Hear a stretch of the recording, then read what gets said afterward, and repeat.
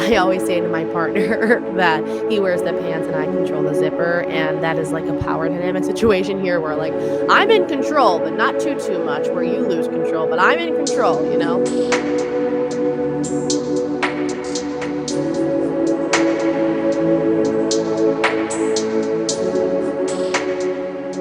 Welcome back to Talking About the Taboo. This is a podcast where curious minds run to know everything there is to know about sex and relationships. We have real conversations about sex and intimacy and things that really most people are afraid to say out loud. Well, right now it's October, so I decided to wear a little pumpkin shirt holding my tatas, and I am a unicorn. And no, I am not a unicorn in the sense of a polyamorous relationship where the person comes into a relationship.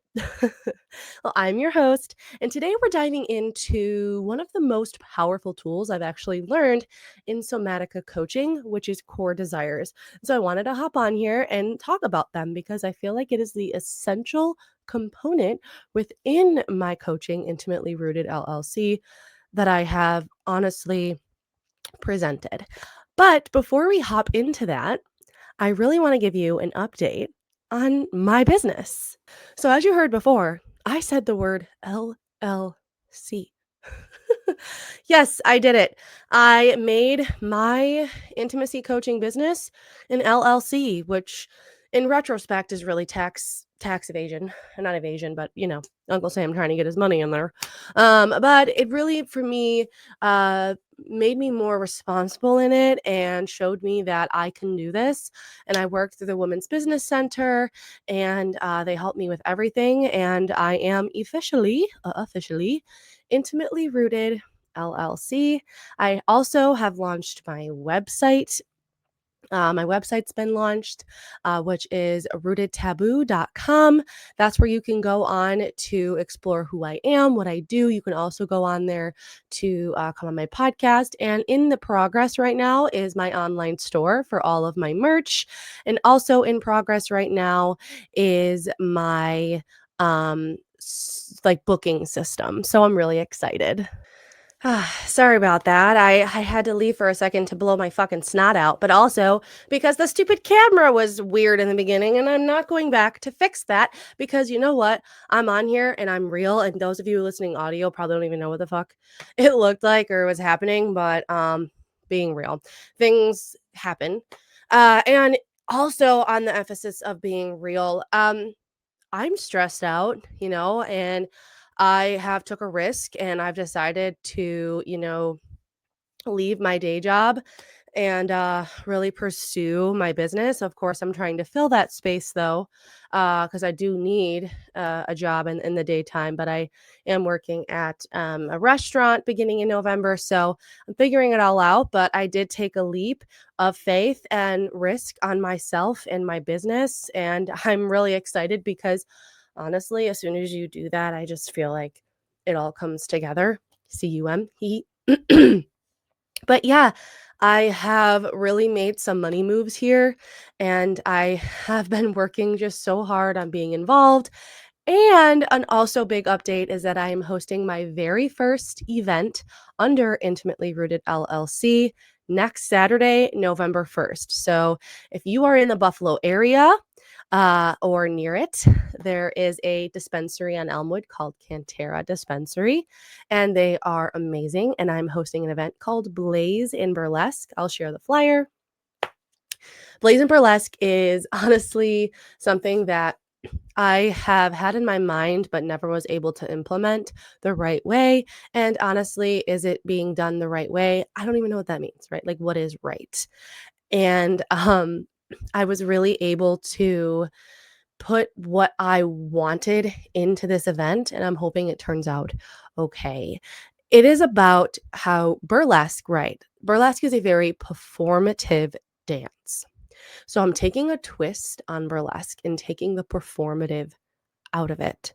We want individuals, whoever the hell you are, whatever gender you are, to feel empowered in your body, to move with intention. Maybe you like being watched. Cool. Maybe you don't like being watched. Awesome. And this event is a private event. There will be walls blocking off. I'll have my table there and as well, like selling tickets and merch. But also behind those walls will be the dance instructor, and we'll also be having empowerment photographs. So where they will take pictures, and Ashley, who is the photographer, Sarah is the dance instructor. Ashley will be taking photos of you, in your most empowerment pose. And Sarah will show you those poses. We'll do dances and all of that. I'm just really, really excited because for the longest time, I was so scared to like do a dance wrong, or, someone to judge me, when a burlesque song comes on, like, show me how you burlesque. Da, da, da. Like I would just dance and I would do a chair thing. And I would always feel like, someone's judging me because I'm doing it wrong or something like that. And, that's fucking bogus because I'm allowed to move my body however I want, whatever feels good. And so Ashley, the photographer, she has a prompt called Reclaim the Frame, and she takes, burlesque photos and boudoir photos into a different realm, and she twists things for herself. Sarah's twisting things where she's doing poses, and maybe they don't want to do that pose, and she's opening up the floor for them to do whatever pose they want within that music. The song that we're doing is even amazing. Not going to release that yet. It's a surprise, but it's honestly amazing, and it's my first event, and I'm so happy that I have the support of Sarah and Ashley to come along on this journey with me. Of course, I'm scared that no one's going to show up, but that if that's the case, that's the case, and we'll do our own burlesque dance together. So those are kind of the general updates, and I'm really excited to see kind of where that risk that I took of leaving my day job takes me. But I'm also extremely nervous about it, and I'm being real. And I have been very depressed and down, but you know what? I'm still here, and I'm still fucking doing this thing. And in front of this mic, in front of this camera, I feel like I'm my fucking self, and I can just say whatever the fuck I want and do whatever the fuck I want. If I wanted to fart on here, I could, even though I'm not, because I don't have to fart. But you guys know what I mean. So I just want to thank you all for viewing my podcast. I know I've kind of been up and down. I do have guests coming up. We just had some scheduling conflicts within my schedule and their schedule. So I do have several guests coming up who are going to bring amazing things to the podcast. So just stay tuned for that. And without further ado, let's get to core desires.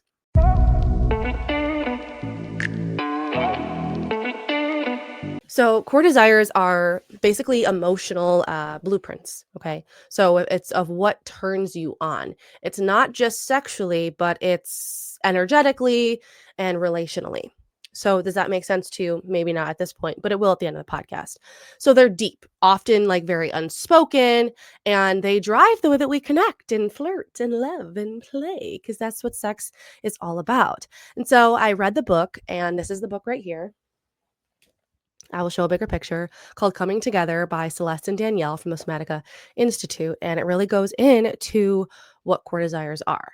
So when we understand our core desires and our partners as well, we are finally not guessing anymore what we want, and we're just stating it clearly and asking it clearly. And then we're having a fulfilled sex life at some point. And core desires are literally what I talk about all the time within my coaching business, um, and what runs everything else. Who runs the world? Core desires. Who runs the world? Core desires. It's crazy. So within the Somatica Institute, right? So core desires are underlying emotional experiences that bring us to our aliveness, right? And satisfaction within our intimacy.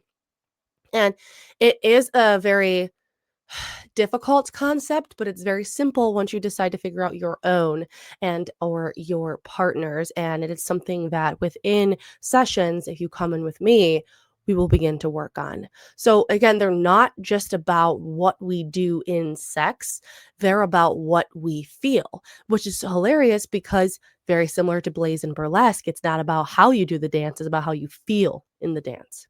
So, for example, maybe you like being pinned down, right? Yes. But the deeper desire isn't just about the position, it's about surrendering, trust, or being wanted so deeply that someone can't even hold back. They need to pin you down. Do you see what I mean there? How they're basically is an underlying reason to you wanting something, and that is where we find it. And then we also can look at the different types of why you want something. So it's really interesting to see how Somatica kind of pulls it. So when we peel back those layers, we find that behind every single action, there's a feeling that we crave. So that's exactly what a core desire is. So in this book, I wanted to go through something that they went through and kind of explained on there's two different pathways for core desires. So let's get into that.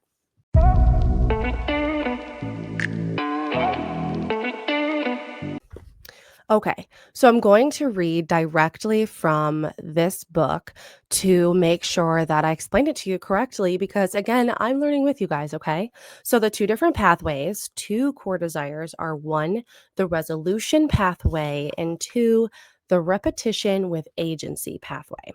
So, take a moment like, resolution, figuring it out, repetition with agency.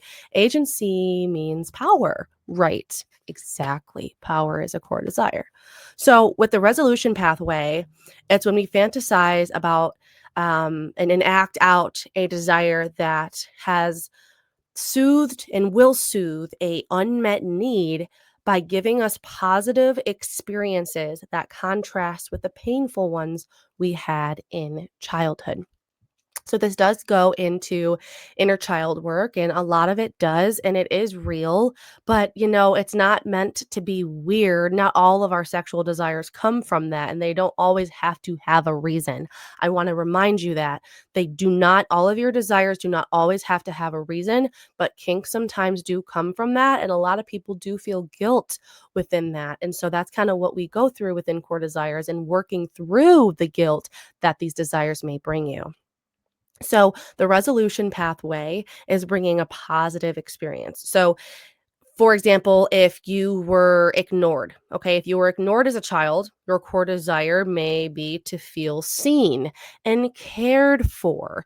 And it really gives you the feeling of that hurt being resolved, the resolution pathway. Okay, so that is basically making it a positive experience. But then we move on to the repetition with agency pathway, which sometimes does bring that guilt feeling that I was talking about or the shame. And a lot of the work we do within Somatica is de-shamifying what this pathway makes you feel when you're doing it. So, the repetition with agency pathway is when the person with that core desire has a repetition of the hurt and that person reenacts the painful experience with a sense of control though. So that's the repetition part in agency, power, control. So the person is soothing the wound by consciously choosing to engage in that repetitive act that has happened to them in the past. And so they're able to take control over it and what happens. But this pathway, and Somatica believes this and explains this, is less understood because often it's judged and frowned upon when people want to, be abused or raped or have a kidnapping fantasy or things like that. And if a person is consciously choosing to embrace and engage in this pathway, that's an empowered choice. And that is what Intimately Rooted LLC is about, empowerment. And that's exactly what Somatica is. It's a choice, it's power, it's bringing back what you had lost, but repeating the same act. So a lot of the times, I had somebody come up to my booth I warned you. and he was like, "Wow, you want to talk about anything? Like I can ask you any question." I said, "Yeah, absolutely." He goes, "Well, what about a rape fantasy?" And I go, "Yeah, absolutely." So I brought up the pathway. I brought up how repetition with agency pathway where we want to fix something, but how we fix it is repeating it. And sometimes that person may not have been raped. Maybe they were going through I can't think of it on the spot here, but they went through something similar and they wanna feel power after they lost control, and so repeating it is losing control and bringing it back. And so this can definitely be a trigger concept, and I wanna fair warn, but it is a concept that does and will makes sense to you once you start to realize, oh, I really do like being ignored. And I was ignored as a kid and I hate getting attention. So I want my partner to ignore me. And I notice when my partner ignores me, oh my God, I feel more turned on. So you start to realize it. It doesn't always have to be as intense as grape, but it can be, right? And so that's kind of where we go into it. And so engaging in these experiences that were previously painful is a part of sexual fulfillment, and changing it from not a negative but a positive outcome, especially if they can get rid of any of the shame that is associated with it by repeating that action. So those are the two pathways. It is the repetition with agency pathway and the resolution pathway. If you have more questions about that, please don't hesitate to reach out to me. You can comment on this video, or you can go on any of my social media, because this is definitely an in-depth topic that I really would like to go more into as it is anyways.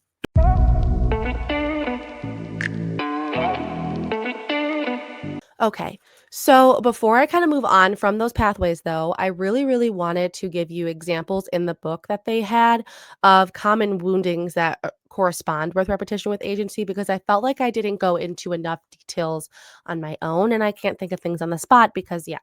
So, one is feeling abandoned. So, imagining your partner having sex with someone else or even carrying out that fantasy. So, this is huge, right? Because core desires can be imagined, they can be fantasies. They don't have to be worked out in real life. For example, feeling abandoned, okay? Cucking, a cuckold. Where does that come from? Sometimes it comes from just wanting it. The other times there's repetition with agency, but it is more of a fantasy than actually wanting to act it out, because they have feelings and they're like, no, no, no, I don't actually want to do that. But it's their brain bringing back the power in it. That is what's big, and that is what is important. Your brain bringing back the power of, say, your father abandoning you when you were younger, or your mother abandoning you when you were younger, and now you want to imagine your partner with somebody else, and that makes you feel good. That, or compersion is you being happy, seeing you seeing your partner happy, and your partner can be happy with another partner. The next example here is feeling unsafe. So being blindfolded and tied up and not knowing what will happen next. That's a great example of being in an unsafe environment when you were younger, not even just when you were like a young child. This could be like teenage, adolescent years. And repeating that with agency by being tied up, and you have control, and if you wanted to, use your safe word, you can get out of it and you're with a trustworthy person. Next is experiencing lack of care. So finding a partner that can role play, right? So disinterest or dissatisfaction. So making sure that that person makes you feel less than in the moment, but it's power. You know it's going to happen. You can stop it at any point in time. Big one here, shame. I talked about that. But they say, for example, is putting on a collar and being walked around at home like a pet, or someone subservient, being called degrading names. So in the past and currently, you could be feeling some type of shame, but people who want to be degraded, that is bringing power back, and they have the option to opt in or opt out to that behavior. It is not being done to them without their consent. That is where the power comes right back in. Either pathway, though, I want to reiterate, resolution or repetition is amazing. Okay. Whether your core desires follow the pathway of that or the other, the combination of the two is just an embracing empowerment form. You are realizing that this is what you want and you're standing your ground on it. But I also want to reiterate, those can change. Your core desires can change, and you can use both repetition with agency and resolution pathway. You can want and do both. So I hope that kind of summed up what those pathways are, because that really gets into how you find out, what are my core desires now? So now I want to hop into like examples of exactly kind of what a core desire could be and maybe helping you find out what yours are. Let's get into it.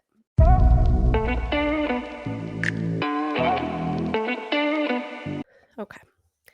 So these desires, they aren't good. They aren't just bad. Maybe they are bad. They just are.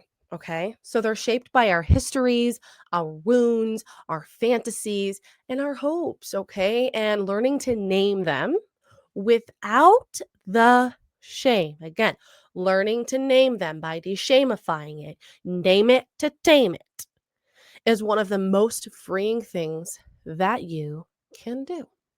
So, I want to really walk through the most common somatica core desires one by one. And maybe you can say, oh, yeah, that's me. And maybe I already listed some that, like, you're like, oh, that's why I want to be choked. But not everything has a reason, right? I just want to reiterate that. So each one of us, each one, of the core desires rather, has a doing and has a being version, if that makes any sense. So meaning we might want to give that experience or we might want to receive that experience. So we might want to degrade that person because we're, taking power back because we were degraded, or we might want to receive the degrading. But also, as discussed before, we probably sometimes want to be both. So, the first one is being desired slash desiring, right? So, we really want to feel the desire to be wanted. We want to be in empowered, like jump on me. This one is a longing feeling, like someone cannot resist you. That's the pinned down feeling. Um, and that like your presence awakens their hunger. They're hungry for you. They want you. They need you. They cannot take it. The biting, the pinning down, the spitting, all of that. That's the desire to be wanted, or um, you know, vice versa. So your core desire to be desired may light up when someone looks at you with like intensity, or tells you they've been thinking about you and what they could do to you and thinking about you all day. For example, that's one of my core desires for sure. When I go out to a bar and anybody looks at me some type of way, I fucking love it. I like for them to want me, but can't have me. That is a core desire of wanting to be desired, needed, craved. But I like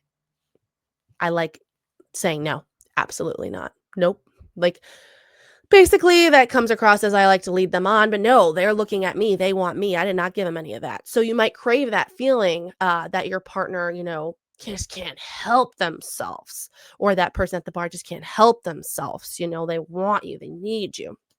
And so if you are desiring, that you want the chase, you love the chase, you like to, if you want to like be the person who is craving, right? You want to pursue, you want to express your attraction openly, you want to make your partner melt under your attention, you love giving them attention, you love praising them, you like getting down on your knees and making sure they feel needed. So that's kind of how that two-way street here, you know works together. The energy, though, is about passion and chemistry and being chosen. That is a very common, it's a very common core desire. It's a fun one too, right? The next one is being seen slash being like seeing, right? So whatever the plural, not plural, but English is my first language, but you would think it's not. So the desire is about being recognized, so not just physically, like, "Oh, I know who you are," but emotionally. Remember, this doesn't always have to be about sex. So people with this desire, they they want their partner to notice the subtle things. The little things really, really do matter. Putting the sponge back and, "Hey, we don't have to have sex tonight. I can tell you're not down." And I didn't even have to say that, you know? And it's the way that their voice softens, and the effort that they put into something, or the emotion behind their words. They see you. I see you. I'm here with you, which is one of the exercises that we have within Somatica. It's the I'm here with you. making that person feel seen. So the difference between someone saying, "Oh, you look good," right? And then someone saying, "I just like really love the way that your eyes light up and when you talk about something you care about, it just is amazing and you're beautiful." And they see you for how you talk and they put emphasis on their words and they explain it and it's the effort. So, honestly, to be seen is to be known, right? And that's safe in knowing that. And that is another core desire and wanting to feel safe, right? And being seen. So, those, though, on the seeing side, find joy in witnessing someone fully.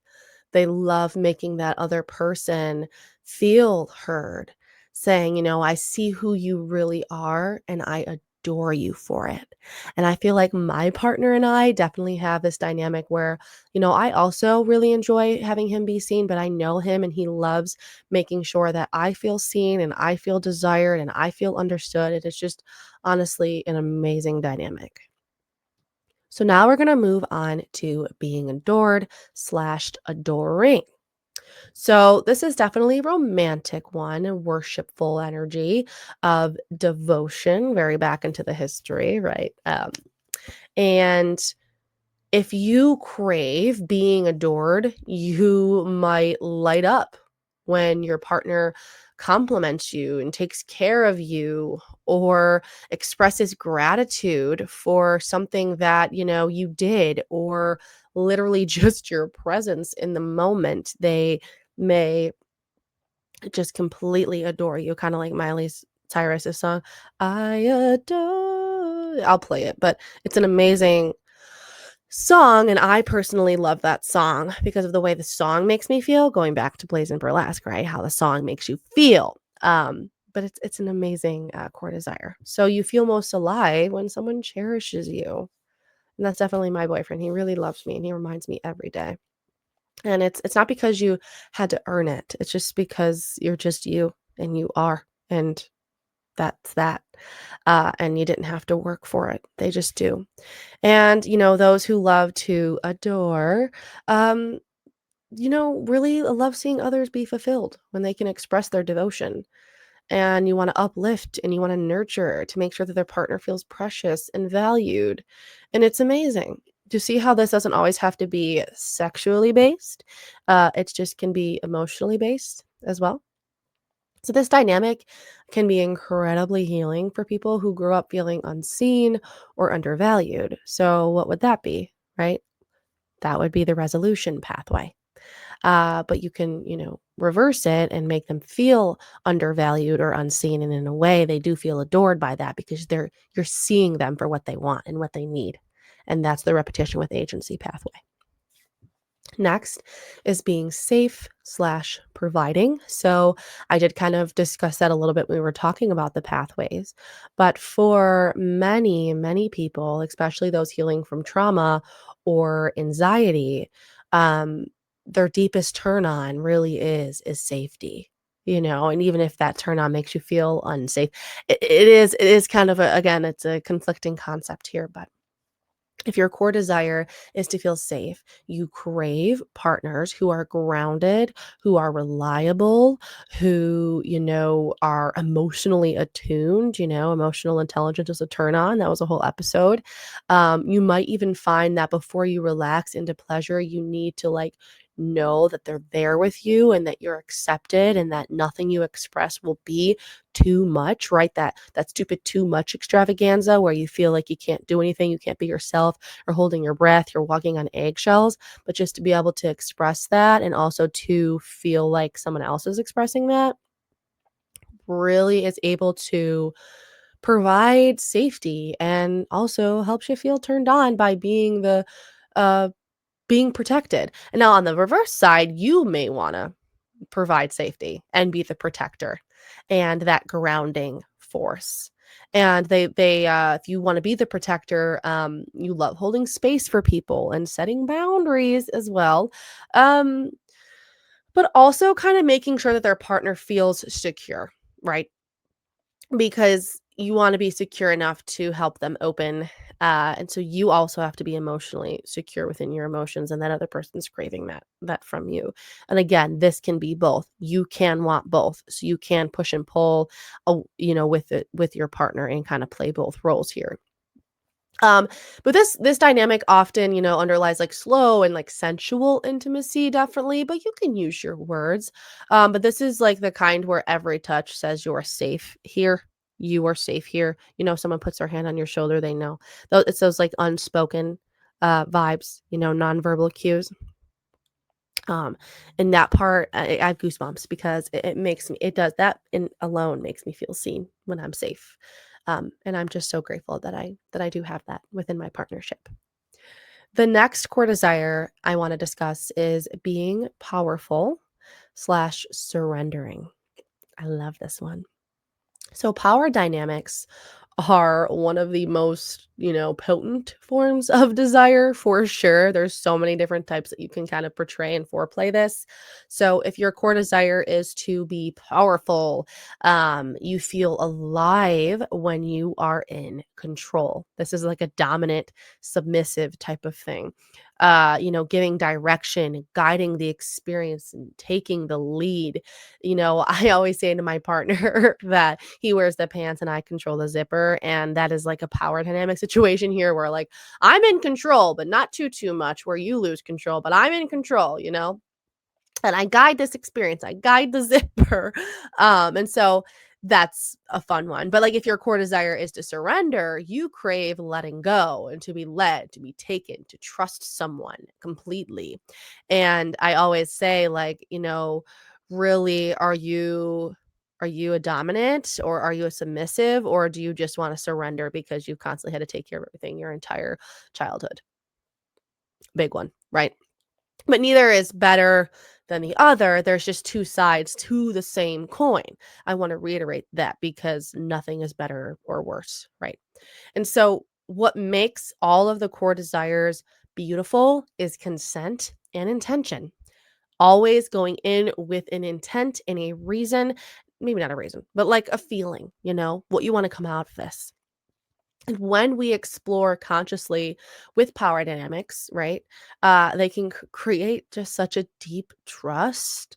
And whether it looks like the dominance and submission that I was mentioning, or simply alternating who leads the intimacy in the first place, it's a fun experience, right? So, the next one I want to talk about is being accepted slash accepting. So very similar to kind of the adore, the desire, but these are specific and core desires are meant to be the specifics of it. Right. So this one is really all about unconditional love, straight up.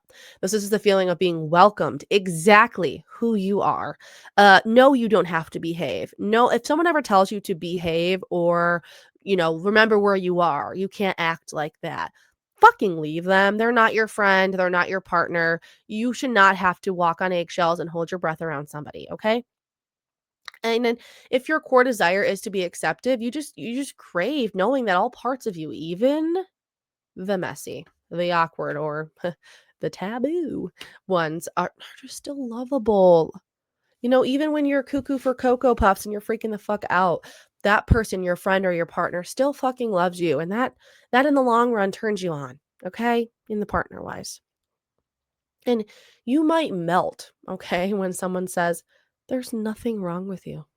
Or I really love that about you. After you just said, oh, I'm so sorry that like I literally put a lemon peel in my mouth and smiled at you. I know that's kind of immature. And they say, no, that's adorable. And they take a picture of you anyways. That's the difference. And so those who accept others and find, deep joy in reassurance and helping people, those who feel, whole and worthy, they want to want to make sure that you feel good. Right? Make sure that you feel accepted. And I feel like I have that with my friends. I love giving and making sure they feel accepted and welcomed and heard and seen. I do all of the core desires with my friends. And this dynamic often it really creates like healing intimacy, and intimacy again does not need to be penetration or physical. You can have an intimate conversation with a friend. Saying that again. And it really is able to like start dissolving the shame and de-shamifying. The next one I really love to discuss is being pursued slash pursuing. All right. So this desire holds like the energy more of the chase and the capture, if that makes any sense. So if you love being pursued, you want to feel like you're worth the effort, right? Courting, if you will. And you don't want this to stop. You want someone to go get you flowers all the time. You just want to see that effort. That's a dumb like example, but you know what I mean. Maybe not, it's not dumb. Everyone likes flowers. But that's someone who is willing to show up, chase a little, prove that they are interested. You want to see action over words, which I feel like is a very, very, very valid core desire. So, if you love pursuing, you thrive in the thrill of going after what you want. So, of earning your partner's trust, you love seducing them slowly, and you're pursuing them, and you love showing that effort, and you also probably like to be praised by giving that effort, right? So, like that's kind of where the core desires, you see them working together here. And this desire just honestly keeps the relationship exciting, and you're always making sure that they don't feel too stagnant in it, and you're reminded that they still love you. And my partner, I told him that I really, really like just like random gestures, and he's been doing that. And I appreciate him so much, even though he has a crazy ass fucking life, he still decides to take the time to go get me flowers or buy me little candies and help me out when I need it. And so let's talk about how those core desires show up in relationships.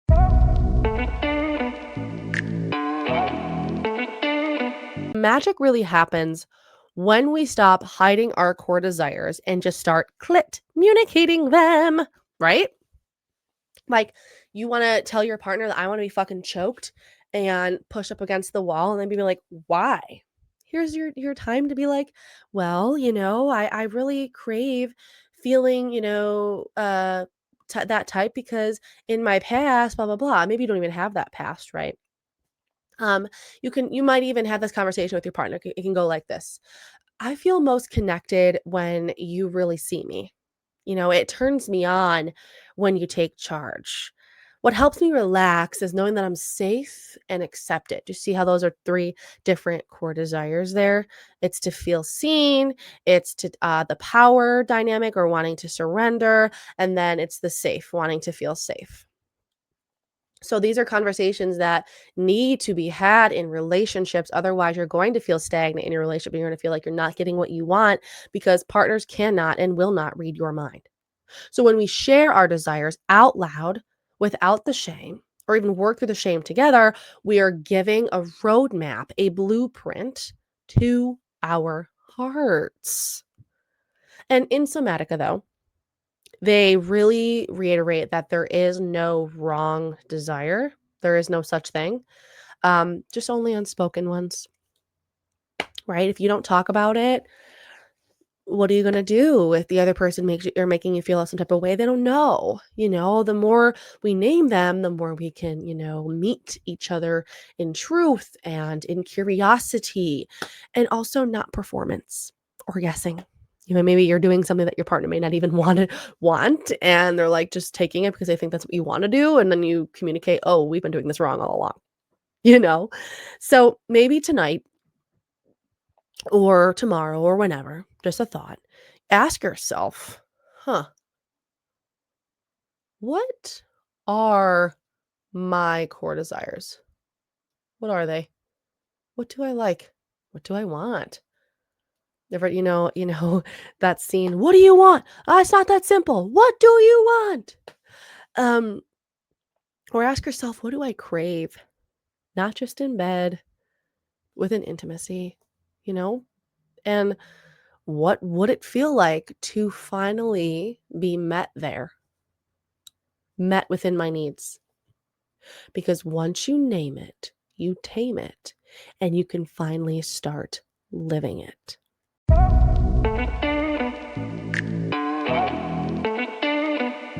Thank you so much to coming to today's episode about core desires. It is a big one, and I hope some of this was able to help you kind of, feel seen, to feel seen within your own core desires and your wants and your needs.